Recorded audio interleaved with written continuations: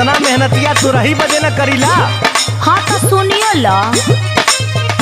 बहुत पैबा तो प्यार के न रस पैबा रात से जिया पे रजऊ तो रस जइबा